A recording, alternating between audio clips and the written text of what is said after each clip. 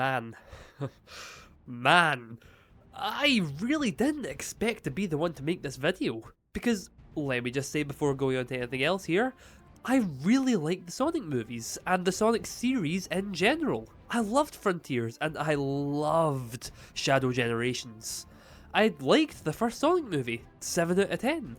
At the time, it probably had my favourite Sonic and Eggman rating wise in about a decade. And I really liked the second movie. A solid 8 out of 10, don't get me wrong, it's a flawed piece of cinema for sure. I physically cringe at the dance number battle, but for every wedding scene, it more than makes up for it with its many positives. And in my opinion, Sonic 3 does not. So, please, for the love of God, let me explain why. Because I have seen the internet at large glaze this film to high heaven, and I just know that my own species, the humble Sonic fan, will absolutely eat me alive if I get this wrong, so I am going to do my best to explain myself. So, here goes. Yeah, no wasting time, we are getting right into this today. If you're a person watching this and you've not seen Sonic 3, then you must be a very loyal subscriber, and I thank you for it. Now go watch the movie and get back to me. As for the other 99.9% of you, first and foremost, I think we should talk about perhaps the most noticeable thing even on first watch. Tone. Tone is always going to be a tricky thing to balance when it comes to big action movies aimed primarily at a young demographic, I get that. And there were definitely times writing this script where I started to feel like the old man yelling at a cloud. But for what it's trying to do, the story it's trying to adapt, and what it was advertised as, I think the tone of Sonic 3 at best misses the mark, and at worst a little disrespectful to its audience. Let's throw in a few examples to try and showcase what I mean, shall we? The first main example I can think of in the film would be when Ivo and Gerald meet for the first time, the Robotniks reunited. And actually, as a whole, I really like this scene. This is where Carrie's Eggman feels at his most in character for most of the movie. Almost all of his lines could have been ripped straight out of movie 1 and 2 and I wouldn't notice a thing, which is great because I love how he's written in movie 1 and 2. The exception being, of course, that moment of breaking the fourth wall. Possibly the first moment in the movie that made me really go, wait, what? Don't get me wrong, I love a good fourth wall joke when it's done right, but when it's the one and only fourth wall breaking joke in the whole series? Sonic does have a monologue in the beginning of movie 1, but that's like calling the text at the start of every Star Wars movie fourth wall breaking. It's not quite the same as Darth Vader turning to the camera and mentioning that his voice and body are two different people. One is pretty standard filmmaking, the other just drags you out of the story for a cheap gag. This is probably closer to a nitpick, but it's still worth mentioning as the biggest red flag in the first act, for me, for how this movie's tone was going to be. It's otherwise one of my favourite Eggman scenes in the film, and is, you know, an incredibly important one for his character. But they felt the need to put the gag in anyway, and to me, while resulting in a chuckle the first time around from the amazing comedic timing of Carrie, otherwise really falls flat. Then you have what I think is one of the more infamous ones? Because, again, I will give the movie credit where credit is absolutely due. Up to a certain point, it actually does really well with setting the tone in this scene in particular. You know, the one from the trailer where everyone memed about the colour being drained because they're in the UK, which is absolutely true. Just look at this place, it looks like a DeBlob game. Now, the tension, the argument, and the eventual conclusion between Sonic and Knuckles is genuinely stellar. With the possible exception of Frontiers, it's easily the best on-screen interaction these two have ever had, I'd say, showing their similar hot heads and high levels of pride, but also the respect they have for each other. It's an absolutely standout moment of the whole trilogy. And then Knuckles starts talking about leaving the emerald in a secure place with a powerful warrior guarding it. And I don't know what's going to happen next, but for some reason I just start getting a nervous feeling in my tummy. Because a big new trend nowadays seems to be undercutting these kind of potentially really cool moments, and it cuts to Wade fucking Whipple. Look, I am not a man that hates comedy. As a matter of fact, I like Wade. He's got some really funny lines in the first two movies, and his actor can definitely work a joke. And I'm aware that he's in Sonic 3 for less than a minute. It's just the placement of that minute that irritates me, annoys me about what that implies at some level of higher up or even filmmaking creative here thinks about the audience of the movie, about kids today. I feel like putting the haha funny man here of all places shows that they both don't respect kids to have attention spans longer than a couple of minutes through the sadness and tension, and that they don't respect their own movie to be able to hold the attention spans of adults without a nice helping of comedy. Maybe I'm going insane here and you can let me know in the comments below. This is just what I think. And then you have the big final battle, which, okay, I am not here to tell you that Super Sonic vs Super Shadow is bad in any conceivable way. Holy fuck. Sonic 3 has some really good moments, some of the best moments in the entire franchise, and you can bet your ass this was one of them. Despite all of my issues with the rest of the movie, and trust me, they are plentiful, I get genuine fucking chills seeing these two go against each other. It's easily the best action these movies have had, and it's just a shame it doesn't last very long. Meanwhile, we have Ivor Robotnik, unequivocally our villain for the entire franchise so far, turning his back on the bigger villain, the one man in the world he outwardly respected and loved, while Gerald fights to stop his own grandson from tearing apart his lifelong revenge. And when I describe it like that, it actually sounds pretty cool, and then we get it in the movie. I will not try to stop my elders from destroying. Look, I'm not saying that an Eggman fight can't have some humour in it. I'm not saying Not Rocket! it was a masterpiece of cinema or anything, but this whole fight just felt so shoddy and haphazardly put together. If you told me that this whole final clash between the Eggmen was a reshoot, I would have believed you in a heartbeat. Instead of using anything set up in this film or the two before it in terms of their gadgets, suddenly both of the Robotniks have this kind of nanotechnology machines that, in my humble opinion, look atrociously lame. They have this gag that's a little funny, I guess, where Eggman says, "Set up defense." The nanotechnology makes a fence, and then in the very next shot there's no fence, not even for Gerald to smash through. Seriously, where did this nanotech come from? If this did anything positive, it showed that you don't necessarily need live humans to be able to have emotional or deep moments in a movie. We cut from Sonic and Shadow having a pretty damn good conversation. That does have its problems, don't get me wrong, but we'll get there when we get there. Turning Super again to live and learn, and we will get to you, to... yeah, you know what fucking scene this is. Look, I'm not made of stone. This did get a chuckle out of me at the cinema, even if that chuckle was more wide-eyed shock and awe than uproarious laughter. But man, now that I know it's coming, every time I see it, I just feel a little bit emptier inside. We really couldn't have two cool fights going on at once. One really had to be toned down to goofy Jim Carrey hijinks. Again, he does have some jokes in his final battle with Sonic in the end of movie 2, but they're interspersed with actual serious moments. If the Jim Carrey hijinks were the seasoning, the salt on top of a finely cooked meal of a fight, then that would be absolutely fine. But I can't eat salt for a meal and I can't stomach this. What a limp final encounter between the best character in the movies, Fight Me, and the biggest bad yet. As for what it's intercut with, well, we'll get to that soon enough, because it's time to talk about the characters, and, well, hot take, Movie Shadow ain't great. And before I tell you why, this is probably a really good time or a really bad time to ask you to like and subscribe, because it really helps the channel, I promise, and I'm back, baby! Oh, it's a bold move, Cotton, let's see if it pays off. Anyway, yeah, In a video full of hot takes, this might be the most molten one of them all. But, I'm gonna say it now, Movie Shadow isn't a particularly great character, and I want to break down why. How? Well, let's talk about what he actually does in the movie, shall we?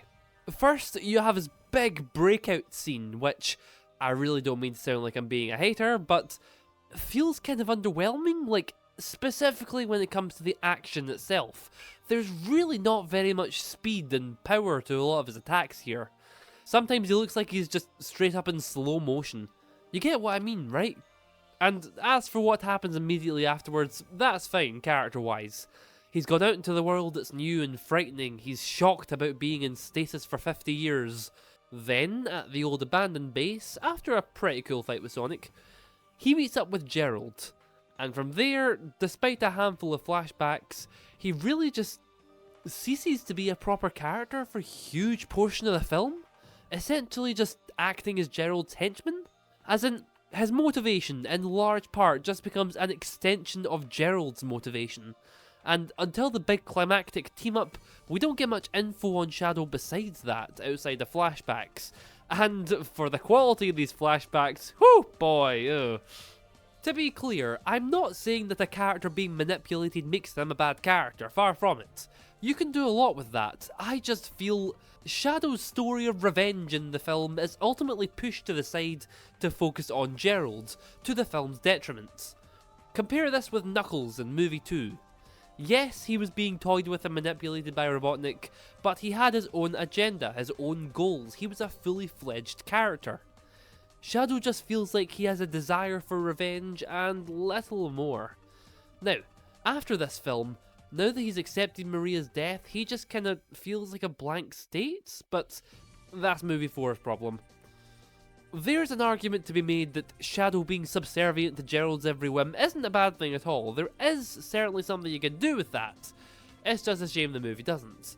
Because we really don't know what the relationship between Gerald and Shadow is. I'll talk about it more when we get to Gerald specifically, but he really gets shafted in the flashbacks. And because of that, Shadow and Maria are the only ones that get any kind of fleshed out relationship. The movie gives us really nothing to pull from for these two besides Shadow following his orders because he's Maria's grandpa. All we needed was a scene, even a small one, of them working together in a flashback or talking about their plans afterwards, but the closest we get to that is a single line, which seems as good as ever a time to say, they did Maria and Gerald dirty. Now, like Shadow, this isn't a black and white situation, as I believe there are some aspects of these two that are worth commending. For Maria, I think the actress did a stellar job, and when on screen, her character was a lot more engaging than the tragic but one-note original version. There, that's the one and only comparison I'll make to SA2, probably, and hey, it's in the movie's favour. She's funny, she's a bit of a rebel, and they went all the way making her 70s kid. There was a lot of care here. And the praise doesn't stop there. Her dialogue, perhaps the most important dialogue in the movie, I actually like a lot. In a better movie, I could have really seen that star quote getting me choked up. And then we have Gerald, who is a much harder case to defend. But first, credit where credit is due. This is perhaps the most seamless implementation of an actor playing two live-action roles in the same film. Jim Carrey talks, he dances, and he has perhaps the most chemistry I've ever seen a man have with himself since Tom Hardy in the Venom movies. However, I'm sad to say that the technical marvel of this character is where my praise ends. Once again, when it comes to Gerald, it's a matter of tone. And once again, I shall be criticising the film completely on its own merits, rather than decrying it as a failed adaptation and nothing more. In what is set up in the movie itself, by all accounts, Gerald should be a legitimate, serious threat that we haven't really seen in the Sonic movieverse since arguably the original? Like, yeah, Robotnik has a few goofy moments in the first film, but for the most part he's kind of all business, trying to take out the hedgehog. 3 seems to be saying that, oh, but of course these characters look and act so alike, they're family. But in that case, he should act like movie 1 Robotnik, with his smugness, arrogance, obsession with his work, and both his genius and the intent to prove it being his main character traits over his goofiness. And honestly, if he did, that would fix pretty much everything I didn't like about his character here. Though, in fairness, that would just be changing his entire character, so who knows. It's not like I didn't know he was going to be silly. I remember when the clips of the Robotniks dancing and goofing around came out, and people got pretty mad over it. And, at the time, I wasn't one of them. Mostly because I was trying to go into the movie knowing as little as possible, and only saw these against my will, thank you social media. But also because we, or at the very least I, like I said, I tried to ignore these, had no idea about the context of these moments. And if we're actually talking about the clips, I should say that I don't mind this little montage at all, because it actually serves a purpose. A funny way of showing the Robotniks finally bonding, showing why Ivo would trust this man so much after knowing him for just a few hours. Is it great writing? I mean... But it's a self-contained thing that they're just doing on their way to the next destination, so it's acceptable, if a good bit too high on the goofy factor for me. But do keep the idea of purpose in mind, as I talk about one of Gerald's most memorable scenes, the dance sequence. Specifically comparing the dance sequence in Sonic 3 to the one in Sonic 1. Man, I am about to be complaining about a dance scene with Jim Carrey in a movie targeted towards kids. Maybe I'm going too far in this. Am I just out of touch? No! Because the dance sequence from Sonic 2 sucked too, so throw that in there, why not? Let's talk about them all! Let's talk about the first movie's dance scene. Simpler times of Robotnik jamming out to Evil Grows in the Dark. I'd play it here, but I think the copyright demons would drag me into the pits of hell. The thing with this scene is that in the context of the movie, there's a genuinely good reason for there to be a dance right now. Robotnik's just got the alien spine in his lab and he's analysing it. He's at work, and when lots of people are working, they listen to music. And while he's waiting for the machines to finish scanning his prize, yeah, why not? He's in a really good mood right now. He gets into it, he starts grooving, he messes around a little, he dances like no one is watching, and then the payoff, the punchline, is of course one of the best jokes in the franchise, someone was. And they know it, this was the start of the whole Alaskan goat milk thing. I know I said I'd throw in Sonic 2's dance scene in as well, but considering how irrelevant it is to the rest of the video, I'll just use the space to say it's far too long. Triple the length of both the Eggmen ones, and just downright stupid in the actual story reason for it to happen. Like, come on, it couldn't have been that hard to say that, I don't know, the freezing cold meant he couldn't use his super speeds, or something, I don't know. Anyway, Sonic 2 fun police moment over with. Time for Sonic 3's turn. Remember how I just went over how, despite it being a fun moment in the first movie, Robotnik's dance is genuinely well laid out? There's story reasons for it happening, character reasons, and there's even a really good punchline at the end. Sonic 3 has none of these. They really try to set up why this might be happening. They even have a little scene at the start that would have suited Robotnik's character to an absolute T, pushing someone into the lasers to see if the suits work, if the person he was pushing was anyone but Gerald. It's kinda out of character for this Robotnik to push the one person he has ever seemed to outwardly respect and fawn over and love. You can call this a nitpick if you want, and maybe it is, but to me it's just another moment of someone breaking character to facilitate another decent at best, kinda cliche joke. But, back to the dance. The best they can come up with is one of them saying they can dance right through them, Ivo taking it as a challenge.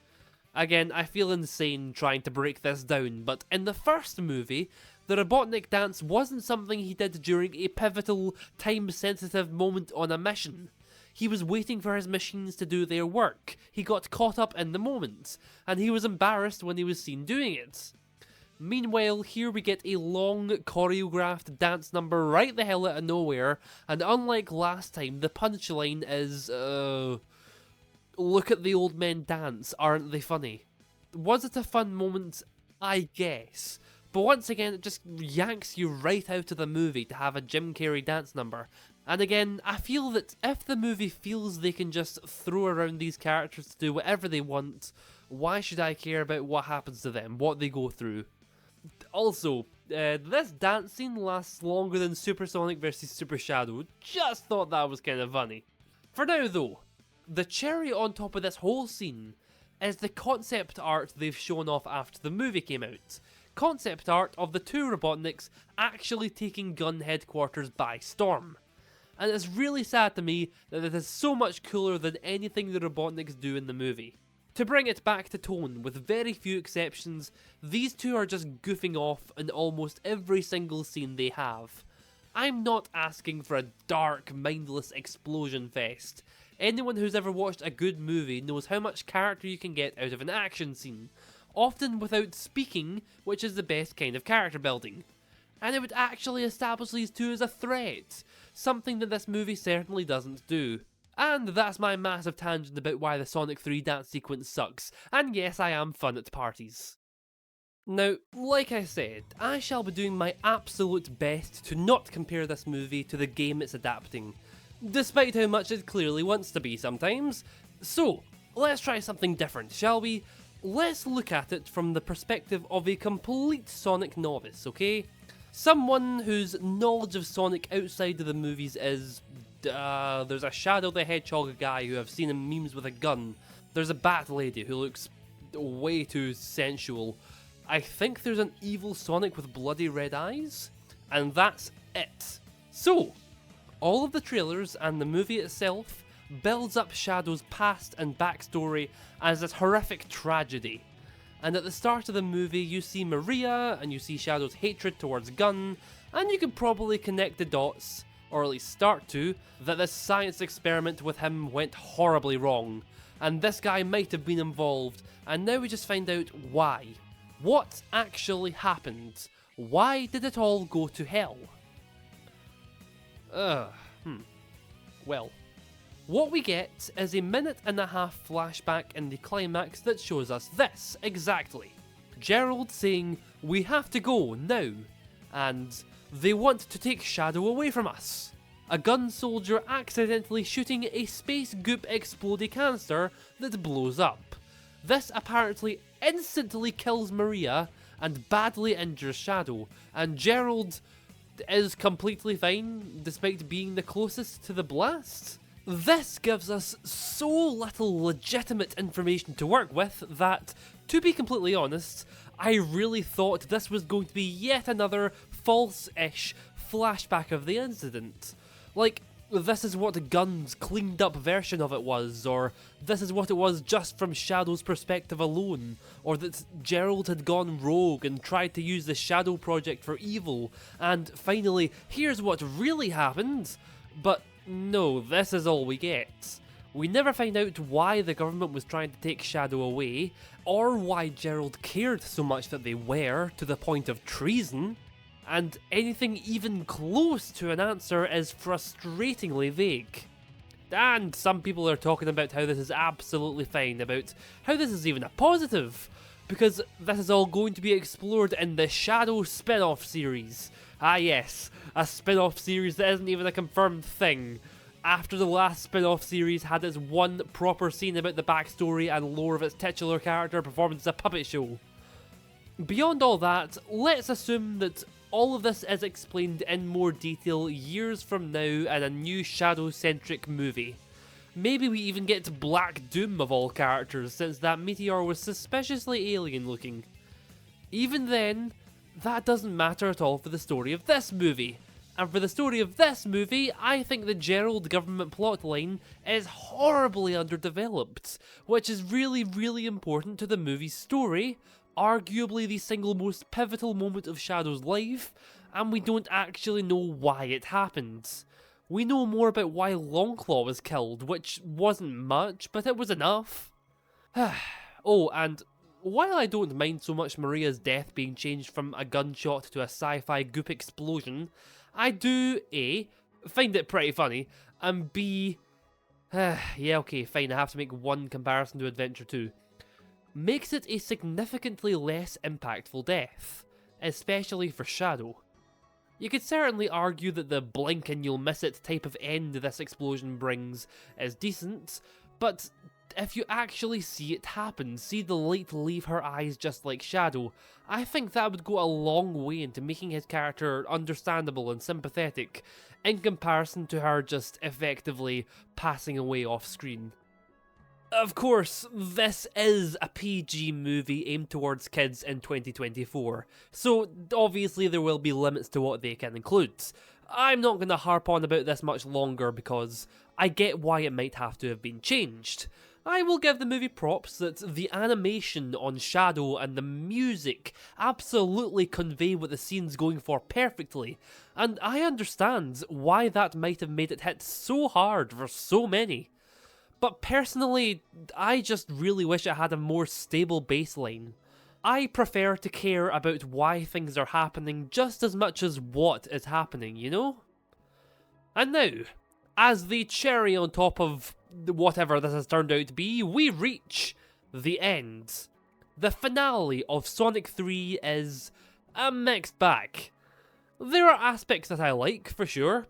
Robotnik's sacrifice is legitimately emotional, though it'll be pretty funny in retrospect if they bring him back in movie 4, and the banter between him and Sonic's friends is great. If there is one big old problem I have with the film though, it's its usage of live and learn. Yes, I'm very fun at parties, why do people keep asking me that? Look, the music of the Sonic the Hedgehog series is one of the most famous video game soundtracks ever, with a shot at the #1 spot. Like, an incredibly common sentiment is that even if the Sonic game sucks, the music will still be an absolute banger. And at the tippity top of that, arguably the crown jewel in the behemoth of a series soundtrack is Live and Learn. We don't talk about these two. Now, throughout all of Movie 3's marketing, Live and Learn has been hinted at and hyped up quite a lot. Practically playing at the end of every trailer, and even through the movie itself, hinted at in little musical cues here and there. Video game adaptations have recently been more and more proud of being adapted from, video games. And I remember being sat in the cinema thinking that even if we didn't get a great movie here, I was so looking forward to them blasting Live and Learn. And what we get is kind of pathetic. The Hedgehogs finally teamed up, power up to their super states, and we get the guitar riff of the legendary song. Not the classic new sound, which is already a little disappointing. I mean, look at this.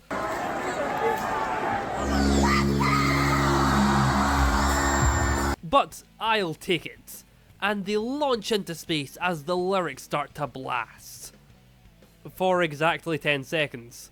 Besides the titular words, they sing two short lyrics that whoa, oh yeah, and then it goes right back to instrumental. But not before, as soon as Live and Learn is played, we hard cut to this. I will not try to stop my... There's a little phrase called authorial intent, where you got to read between the lines to see what the author was trying to say to their audience. And I gotta say, applying it to this makes it feel like a big ol' slap in the face, or maybe to the ass, of any fans clamouring for Live and Learn, or even just normal viewers invested in Sonic and Shadow right now. After that, we get a short, lyricless version while the two fight robots in space, with the sound effects of the explosions and punches often completely overpowering the music.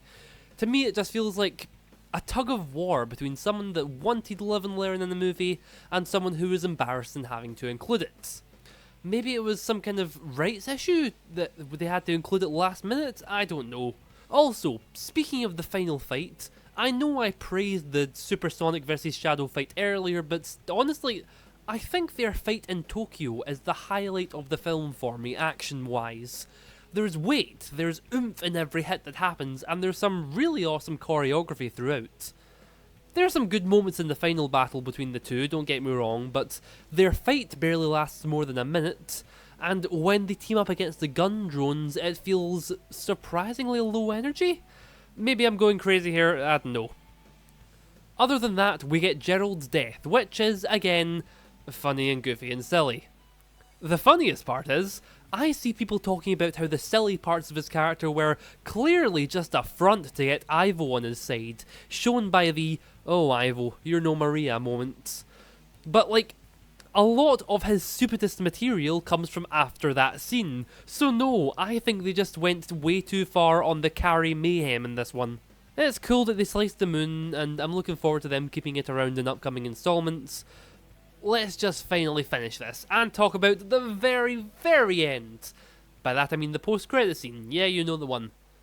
And while I do have some stuff to say in this, I am taking everything here with a grain of salt. After all, things like Shadow waking up in his last post-credits was completely retconned, and while the Tales one still happens one-to-one, small things like his design are tweaked a little. Which I think this one needs. First though, the positives.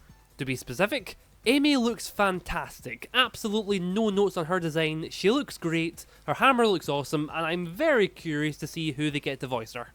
Which, by the process of elimination, means that my issues apparently land with this guy, my boy, the one and only. Okay, maybe not the one and only. And you know what? That part's really not my issue. Is it a little disappointing that, as a rather big Metal Sonic fan, after 3 movies of eagerly awaiting, after seeing so many characters adapted so well, only to have his grand entrance be completely undercut by Amy thrashing a dozen Metal Sonics with ease? Yes, but that's something I'm happy to wait and see the results of. Let them cook, so to speak. If we're dealing with an Ultron drone situation where there's a more powerful leader, absolute cinema. You can do it, Movie 4, I believe in you. And it's probably weird to say, but anyone else just really not a fan of how the design is one-to-one with the games? Don't get me wrong, I love the design from the games, and if everyone looked really similar to their game counterpart, this would be fine.